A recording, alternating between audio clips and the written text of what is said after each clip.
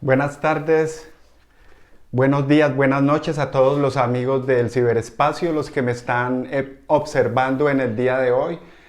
Es mi primer en vivo y espero pues que me estén escuchando bien. En el día de hoy pues ha llegado a mis manos un libro muy especial que se llama como escuchando tu vida en inglés, Listen to Your Life. Y lo he leído y me ha impactado mucho, pues es un libro, como dice aquí, te posee y al mismo tiempo te va liberando. Recomendado en los Estados Unidos y en todo el mundo.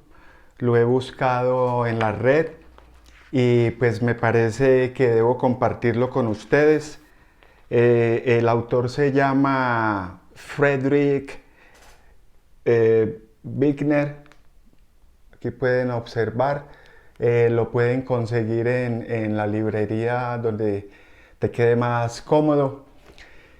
Y pues en estos tiempos que tenemos tanto estrés y tanta ansiedad en todas nuestras ciudades, me pareció que aquí hay una información muy especial y en la misma medida en que vamos aprendiendo pues el inglés y practicando lo que ya sabemos hasta el momento, para los amigos que han seguido este canal desde el principio o para los que pues están empezando también. Para cada día hay una meditación, son meditaciones diarias. Entonces, yo quiero como hacer una introducción al libro y que lo vamos leyendo, lo vamos desmenuzando y nos van dando como mucha tranquilidad al espíritu. Escrito por Frederick Buechner y tiene prólogo de Jane Gilbert.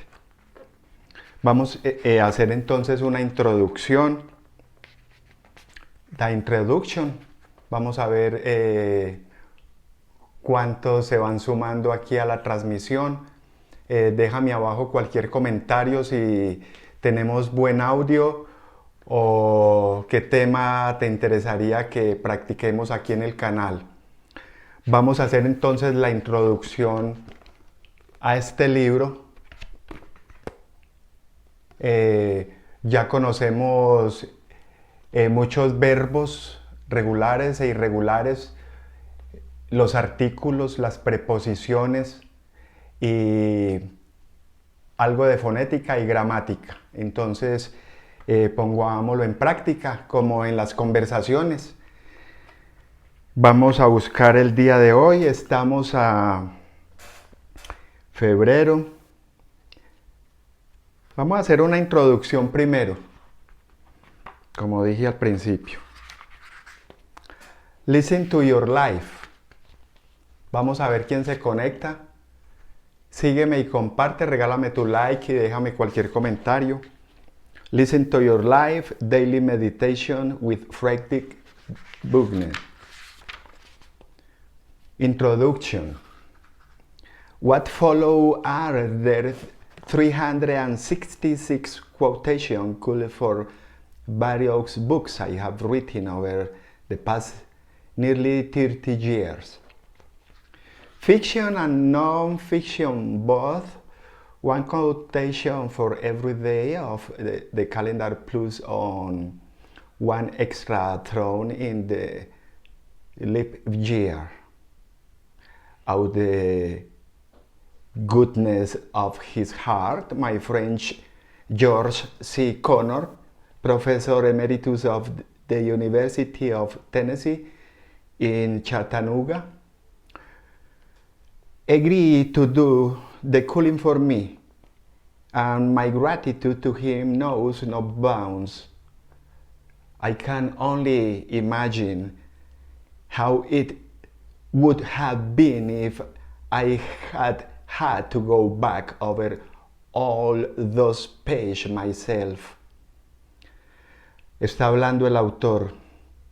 I remember reading an anecdote somewhere about Ralph Waldo Emerson at a point in his life when, according to the Oxford Companion to American Literature, he had gradually split into a serene senility in which his mind finally became a calm blank.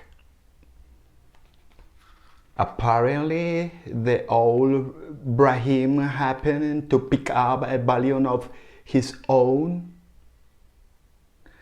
essays one day, and after he had finished browsing through it for a while, remarked something to effect that although he couldn't place the young fellow he wrote then, he thought that all in all they showed promise. Sweet are the uses of serene senility, with my own wits still more or less about me. How would I have reacted to a similar browse if George Connor hadn't taken the task on for me? Would I have been able to extract 366 passages that I consider worth sharing in a volume like this? Would I have found the books promising, or would I have cringed at them that way you can cringe at the letters you wrote long ago, wondering how on earth you could ever have been so callow and wrong-headed, so alternatively and artificial? Or maybe it would have been a combination of both, with some part striking me as promising and other parts making me cringe, if only at the thought of how much better I might have written then if I had young known then some of the things I have to come to know since. If I hadn't said this, if I had said that, but thanks to my friends, I was spared having to read the 20-odd books themselves, and can only guess at what my reaction would have been if he hadn't spared me. Vamos a ver cuántos se van conectando. Dígame si se está sonando bien. Un poquito avanzado, pero vamos a poner en práctica. There is a little of everything here, bits of novels, of sermons, lectures, autobiographical ruminations, a kind of the theological ABCs called wishful thinking, and its successor Within in the Dark, a collection of Daniel's sketch of biblical characters called Peculiar Treasure. And so on. I have not to read the 366 couldn't stray through from January 1st to December 31st. None, of course, is that the way a book like this is ever supposed to be read by anybody, but depending here and there, I suppose I have to read more or less all them at a time or another. In a way, it seems to me less my book than it does George Connor. There is not denying that I wrote all the passages in it, but because they were chosen by him and arranged by him according to his own scheme, and for the purpose of focusing on certain things that to him seemed more apt than others, or more literally felicitous, or what have you. I find myself looking at the whole with something approaching Emerson's sense detachment.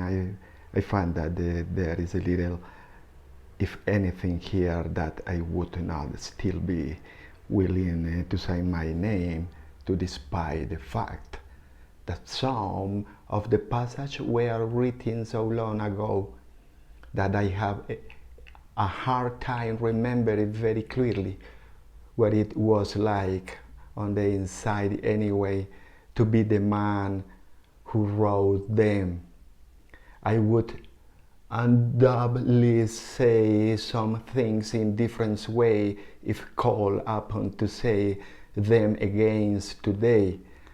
But the things themselves still represent pretty much who I am and what I believe. I am a writer who frets endlessly about style as well as content. It has to sound right and look right as well as in some sense.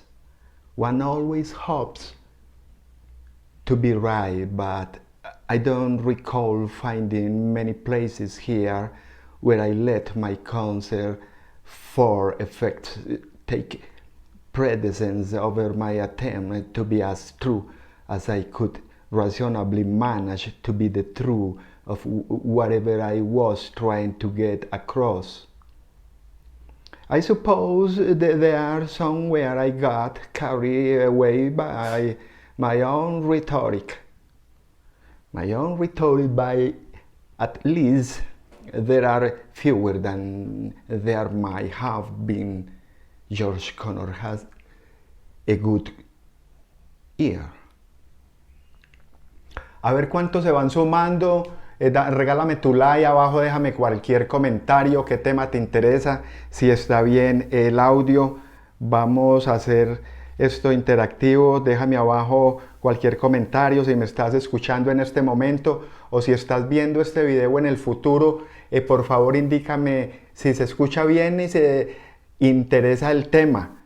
Vamos a irlo desmenuzando. Estamos haciéndole entonces la introducción a este libro, Listen to Your Life, Meditaciones Diarias.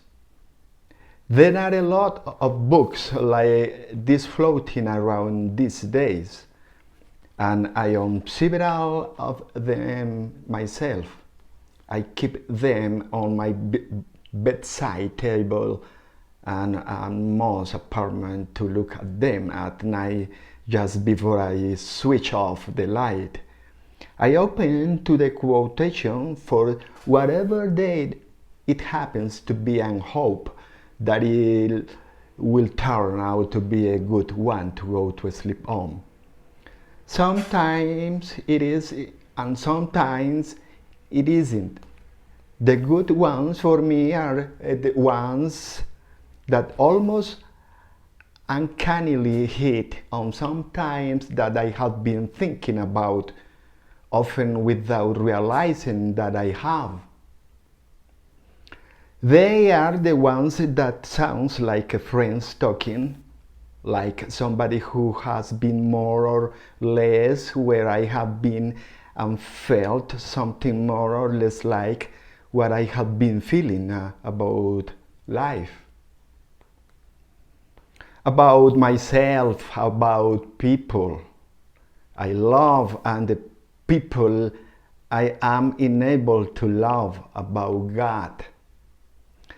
They are not so much that ones that tell me something new that will keep me awake, puzzling over it, as the ones that will help me see something as familiar as my own face in a new way, with a new sense, its depth and preciousness and mystery. About all, I guess, the good ones for me are the ones that I want, or another suggests that although the night is coming, it is not darkness but light. That is the end of all things. I can only hope that the reader, el lector de este libro, will find at least a few like that beauty among all this page, and that they will bring good dreams. El que lea este libro entonces vendrán mejores sueños. Esa es la introducción. Vamos a leer una meditación diaria y la vamos entonces, si ustedes desean, entonces la podemos traducir. Me pareció maravilloso en estos tiempos para alimentar el espíritu y tener un control sobre nuestra mente y sobre nuestras acciones y un mejor desarrollo cognitivo y en todos los aspectos. Déjame abajo en los comentarios si te interesa y si estuvo bien, es mi primer en vivo, y qué temas entonces podemos analizar. Chao, chao, cuídense.